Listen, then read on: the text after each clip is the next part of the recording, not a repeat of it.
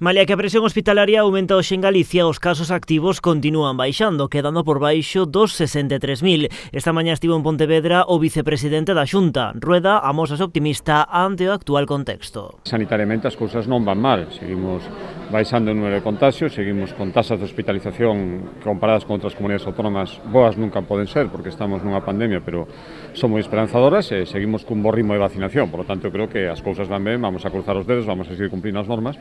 Tamén mellora a situación en canto a restricións co seu alivio dende esta pasada fin de semana. A hostalería e lecer nocturno viron incrementados os seus horarios, tamén se permiten máis clientes por mesa e o consumo en barra. Pois a verdade é que foi ben este fin de semana, por fin podemos baixar as restricións, por fin se pode volver ás barras, ampliar o horario do ocio nocturno. O que non marcha polo de agora é a exixencia do certificado COVID. De momento, a Xunta non contempla a súa retirada como si fixeron xa outras comunidades. Tería que ser o objetivo, non sei a que prazo, vamos a ver se seguimos evolucionando ben e vamos paso a paso, que creo que sempre dixemos o mesmo de que empezou isto, vamos consolidando a mellora e cando este consolidada vamos marcando outros objetivos. Creo que o paso que se deu esta fin de semana foi importante, por lo tanto, imos ir pouco a pouco. O certificado COVID é necesario nestes momentos para acceder a calquer tipo de establecemento como bares, restaurantes ou locais de ocio nocturno.